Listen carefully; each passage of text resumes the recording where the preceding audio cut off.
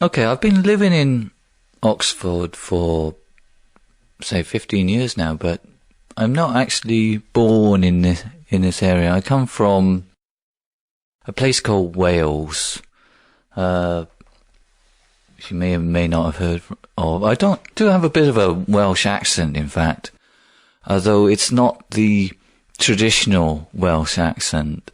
I come from, I suppose, the industrial east coast or southeast coast of Wales, which does have a very distinctive accent. In fact, they always say, you have to go to Cardiff and buy a Mars bar and read the Argus, right? As very, the way people take the mickey, I suppose, out of people from my part of the world is with those three words. The Argus, in fact, apart from being a bit of mythology, is actually the name of quite a popular newspaper in Wales, and Mars bar presumably as world famous. I don't know if it's called something different outside of Britain, but Mars bar, this sort of chocolate bar that apparently has been the same for almost forever, and you can probably value things in terms of the number of Mars bars it might take to buy a car.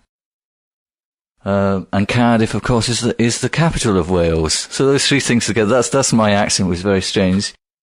I come from a little town, well, big industrial town, in fact, called Newport. Again, not very interesting. His Welsh name is Cashnewid. The Newcastle, that's much nicer, right? It's actually quite an old place. It's got a Norman castle there, and it's right on the coast.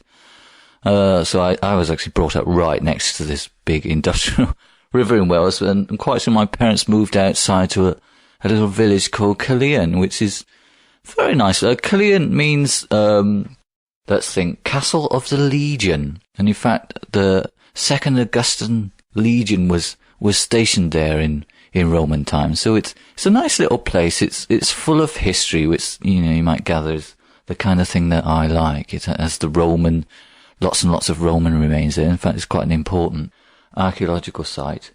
And then it's got the kind of remains of the people who were there before the Romans, who are not that dissimilar to the way people are now, in fact. I mean, alright, you may have heard about the Romans and the Celts fighting it out. Well, this particular Celtic group of people, the Silurians, they kind of got along with the Romans, really, and they kind of came to a bit of a deal with them where the Romans could have the coast and they take over the rest. And so there's a bit of wheeler dealing. In fact, they used to do a lot of horse trading and stuff with the Romans. And I think people where I come from are still quite like that, really.